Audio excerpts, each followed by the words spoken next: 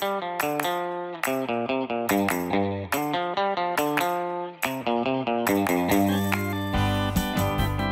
here at the North Gateway Transfer Station in North Phoenix, and behind me you see a truck coming through what's called our unmanned scale house. After it picks up your garbage and recycling at your house, it comes here and it gets weighed, and that's how we know how much of materials that are going to go through our transfer station that we have to take to either the MRF, where it's sorted and recycled, or taken to the landfill and be disposed of.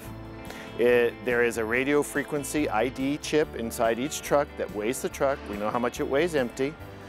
And as it goes through, the gate will open up, and then we'll travel, and we'll go now and see what happens inside the transfer station.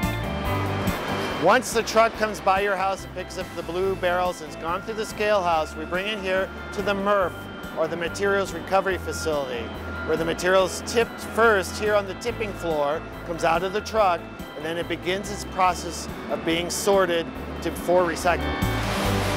Once the materials are tipped onto the tipping floor for recycling, we start the process of conveyor belts. Through machines and through manual sortation, we separate both the fiber or the paper materials and the containers, the metal, plastics, and glass. So this is what happens to the material that comes out of the blue barrels that you set out on the curb for recycling. After we've taken all the fiber and paper out of the materials that you put out in your blue barrel for recycling, what's left are the containers, the glass, metal, and plastic. So what we're doing beside me here is what's called an eddy current. What it does is create an electromagnetic field, pass the aluminum cans through it where they're repelled, and they're sorted out mechanically. Behind me, you see the people sorting out by hand the different kinds of plastic, as well as the magnet that's there that pulls out the iron materials. Now, over behind us, you can hear the sound of air. It's called an optic sorter. And what the plastic goes through the light that's in this sorter, and then it tells the computer to shoot out a jet of air. And what it's doing is a certain kind of plastic lets the light come through, which is PET. So that's how you sort out PET plastic, which is water and soda bottles. Now all the materials that you've put into the blue barrel on the curb have gone through the scale house, the tipping floor, through the MRF, or the Materials Recovery Facility, where they're processed and baled, and now they'll be shipped worldwide to be recycled into new products. On your right is a mixed plastic, rigid plastic, which is buckets and the other unusual type plastic items. The more colorful one is the HDPE, or high density polyethylene colored material, the detergent bottles. There's the HDPE natural, which is the milk cartons.